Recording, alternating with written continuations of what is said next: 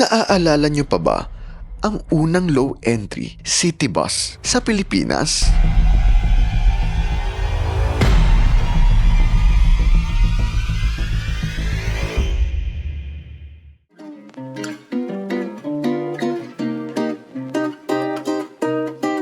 Nine years ago, nang nilaunch ang P2P o Point-to-Point Premium Bus Services dito sa NCR. At nanguna dito ang kumpanya na Froelich Tours na pagmamay-ari ng isang German national. Inintroduce nila ang magagarang city buses na talaga namang may quality at premium tulad ng nasa Europe. At isa na rito ang low-entry city bus ng MAN.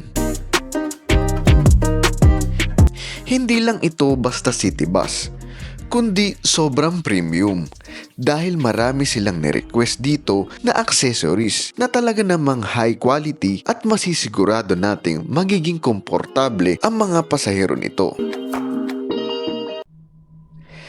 Isa ito sa solusyon ng gobyerno para sa mamamayan natin na hirap sa pag-commute gamit ang trains natin at ordinary buses. Dahil wala pa noon ang EDSA Carousel, mapapabilis ang biyahe dahil wala nang hinto sa kung saan-saan dahil point-to-point lang ang takbo nito.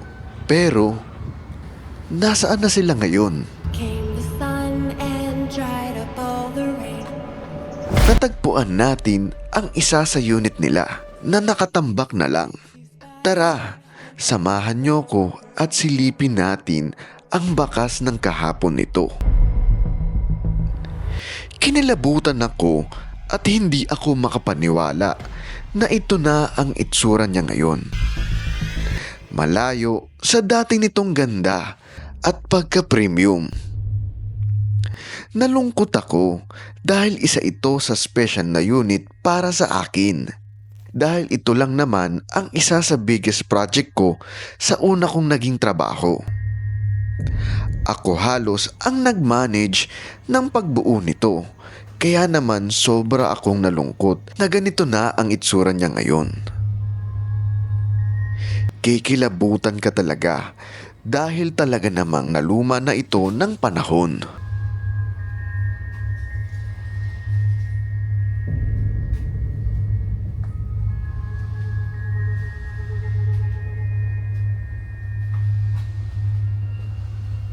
Almost 9 years na ang nakalipas. Napuno na ito ng alikabok.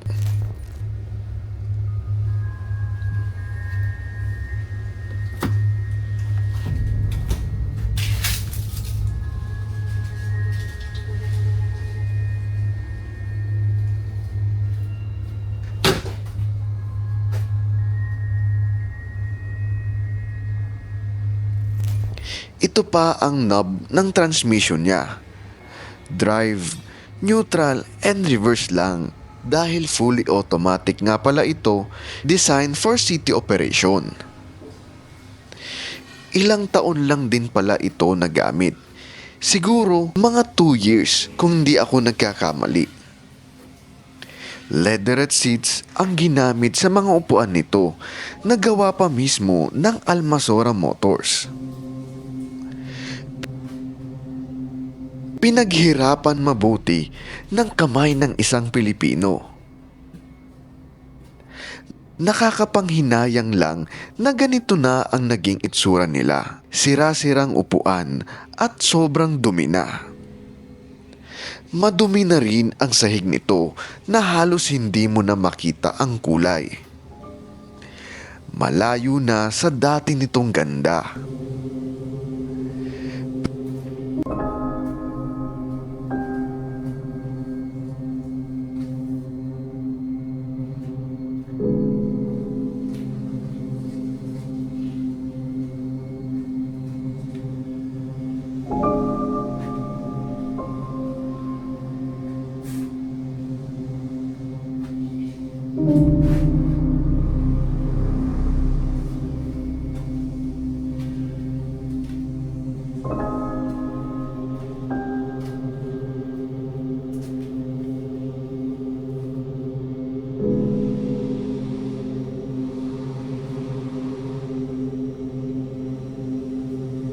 Premium sound entertainment pa ang ginamit dito. At take note, 2 LED TV ang kinabit dito.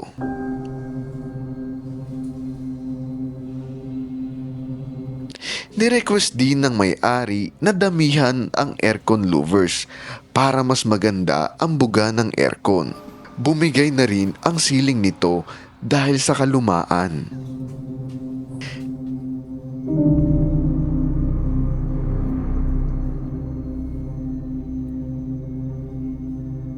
Kitang-kita ang dumi at alikabok sa mga upuan nito.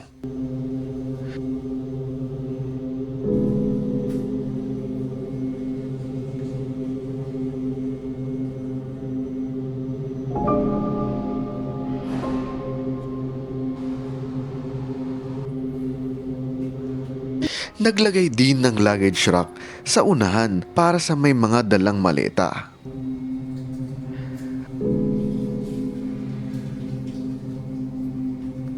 Malayong malayo na ito sa dati nitong ganda.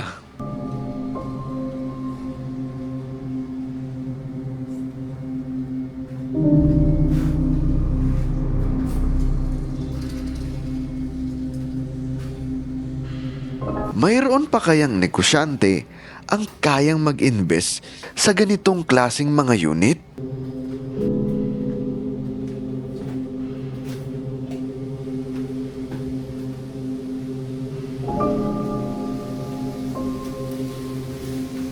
Na ultimo pintuan ay imported, na talaga namang masasabi natin na nag-invest sila ng malaki para magawa ang isang tulad nito na sobrang premium ang dating.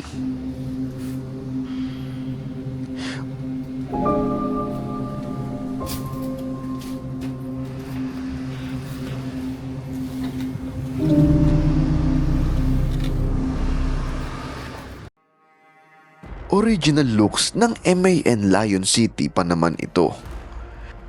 Dito natin masasabi na kayang-kayang gumawa ng Pilipino ng dekalidad na mga bus na halos kapareha ng nasa Europe.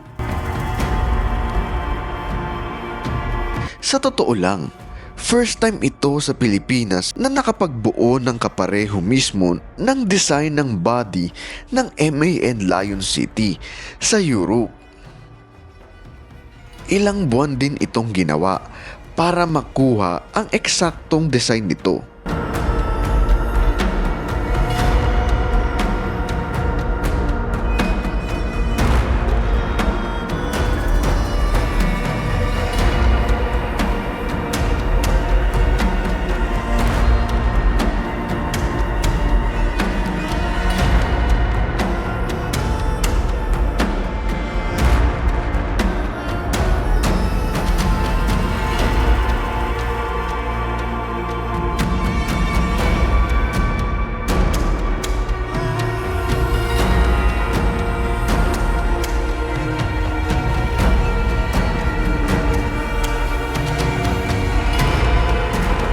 Nakakapanghinayang lang na wala na sila at tuluyan ng napag-iwanan ng panahon ang unit na ito.